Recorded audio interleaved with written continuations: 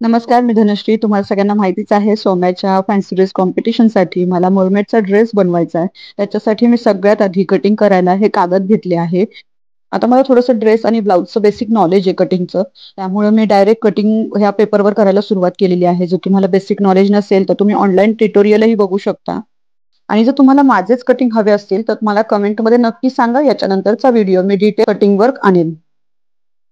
मी ब्लाऊजचं जे आहे माप हे मुद्दामून पेपरवर घेते, कारण जरी काही चुकलं वगैरे तर आपल्याला नीट करता येतं. कारण ब्लाऊज खूप छोटा असतो छोट्या मुलांचा आणि खूप किचकट त्याची मापं असतात. जर त्याच्यात काही चुकलं तर आपला जो कपडा आहे तो खराब होण्याची शक्यता असते. त्यामुळे मी आधी हे पेपरवर केलं आणि मग नंतर हे कपड्यावर माप टाकून घेणार आहे. फिशटेलसाठी ही मापं आहेत, जी मी ऑनलाईन काढली होती आणि अगदी तशीच टाकून मी फिशटेल केली. ज्यावेळेस आपण कुठलीही गोष्ट करायला घेतो त्यावेळेस सगळ्यात आधी कटिंगची सगळी कामं आठवणीने करून घ्यायची आणि नंतर स्टिचिंगला बसायचं. म्हणून मी आता जे अस्तर आणलं होतं मी माझ्या चमकीच्या कापडासाठी, त्याच्यावर आधी व्यवस्थित कटिंग मी केलेले ठेवून ते कापून घेतेय. आता हे ब्लाऊजचं सुद्धा कटिंग पूर्ण झालेलं आहे आणि आता मी अस्तरवर कटिंग करून घेतलं, कारण जे माझं मेन कापड आहे त्याला मला प्लेट्स टाकायचे आहेत आणि त्या प्लेट्स कशा टाकल्या हेही मी तुम्हाला आज सांगणार आहे. आता बॉटम आणि टॉप हे दोन्ही कट करून झालेले आहेत, म्हणून आता मी करायला घेतलीये ती म्हणजे फिशटेल. त्याचा आकार मी आधी पेपरवर व्यवस्थित काढून घेतेय, कारण काही चुकायला नको आणि सुबक असा आकार यावा. पेपर कटिंग चांगली दिसतीये का हेही आधी ठेवून बघितलं मी आणि ते छान दिसतंय, मापाचं दिसतंय, म्हणूनच आता कटिंग करायला घेतेय. आता ही जी फिशटेल आहे ही देखील मी आधी अस्तरवरच कापून घेणार आहे. त्याचं कारण असं, ह्याला मला खूप छान अशा प्लेट्स द्यायच्यात.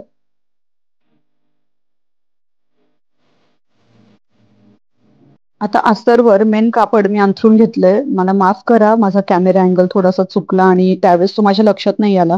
पण मी आशा करते तुम्हाला ते व्यवस्थित कळत असेल की मी काय करत आहे ते. एक एक प्लेट अशी बनवून त्याला मी अशा टाचण्या व्यवस्थित टोचून ठेवतीये. ज्यावेळेस आपल्याला खूप छान फिनिशिंग हवी असते त्यावेळेस टाचण्या यूज करणं खूप महत्वाचं आहे.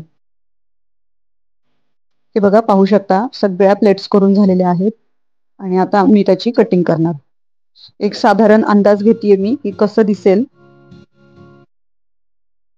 कटिंग करून झाल्यावर असं दिसतंय आणि मी हे दोन्हीही व्यवस्थित इस्त्री देखील करून घेतले. आता ह्याचे दोन्ही अस्तर मी टाचण्या काढून व्यवस्थित शिवून घेणार आहे. इस्त्रीनी आणि टाचण्यांनी दोन्हींनी फिनिशिंग खूप सुंदर येते. आता हे बघा, बॉटम मी शिवून घेतलाय, त्याला दोन्ही साईडनी व्यवस्थित अस्तर लावून घेतलंय. आता वरती फक्त इलास्टिक लावून घ्यायचं राहिलं. स्टिचिंग करायला बसण्याआधी आपण सगळ्या कटिंगची जी कामं असतात ती करून घ्यायची असतात, की जेणेकरून आपल्याला सारखं डिस्टर्ब होत नाही स्टिचिंग मधनं आणि दुसरं म्हणजे आपण कुठली गोष्ट विसरत नाही. आता बॉटमला इलास्टिक सुद्धा लावून झालेला आहे.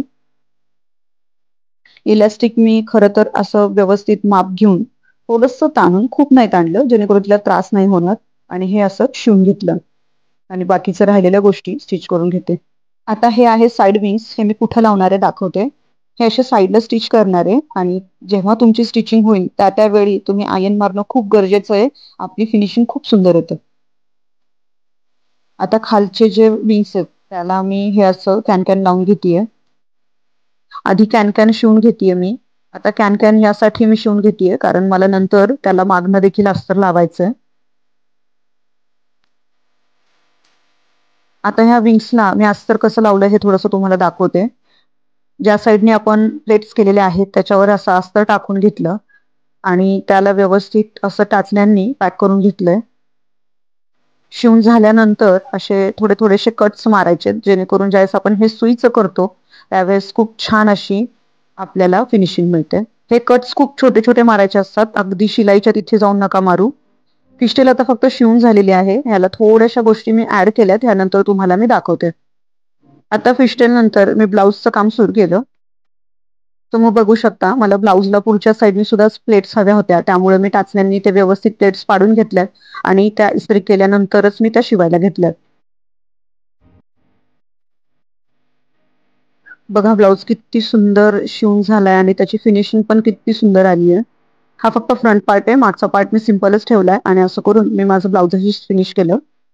आता ही जी टेल आहे कॅन कॅन लावून सुद्धा अशी काही खूप व्यवस्थित ती बसत नव्हती. त्यामुळे मी त्याला कडेने पूर्ण बाइंडिंग वायर लावून घेतली. आधी तर जिथं जिथे पाहिजे तिथं थोडीशी स्टिच केली आणि नंतर मी आता हातशिलाईने ती कव्हर करणार आहे. हातशिलाईने कव्हर केल्यानंतर बघा अशी दिसतीये, खांदा दिसत सुद्धा नाहीये ती बाइंडिंग वायर. आणि किती सुंदर असं कडक राहतंय आणि किती छान ती फिश्टेल हालतीये बघा. आता हे आहे आमच्या मरमेडचं फायनल लुक. मी याच्यामध्ये अजून लेस जी होती कावळी शेलची ती ऍड नाही केलेली आहे. आणि छोट्या मोठ्या काही डिटेल्स आहेत त्याही अजून ऍड करायच्या राहिल्यात. आता ह्या छोट्या मोठ्या राहिलेल्या गोष्टी ह्या तुम्हाला आता डायरेक्ट माझ्या बाळाच्या फॅन्सी ड्रेस कॉम्पिटिशनलाच बघायला मिळतील. आशा करते तुम्हाला माझा हा व्हिडिओ फार आवडला असेल. यातनं तुम्हाला नक्कीच काहीतरी वेगळं शिकायला मिळालं असेल. काही सजेशन असतील, काही क्वेरीज असतील तर नक्की कमेंट करा. माझ्या या व्हिडिओला लाईक आणि माझ्या चॅनेलला सबस्क्राईब करा.